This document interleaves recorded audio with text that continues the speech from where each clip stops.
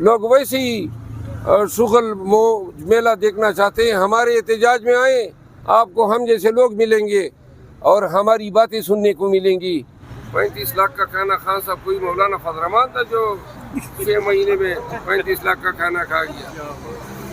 مطلب یہ وہ کافی سینئر 80,000 روپئے سے زیادہ تو اس اکاؤنٹ میں جمع ہی نہیں ہوتے.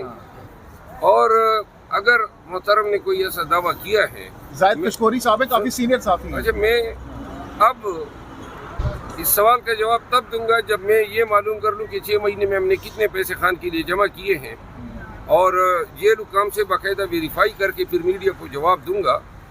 لیکن یہ بہرحال 35 لاکھ خان صاحب جیسے کفایت شعار آدمی سے یہ توقع کرنا کہ 35 لاکھ, اور پھر ان کا کھانا کیا ہوتا ہے؟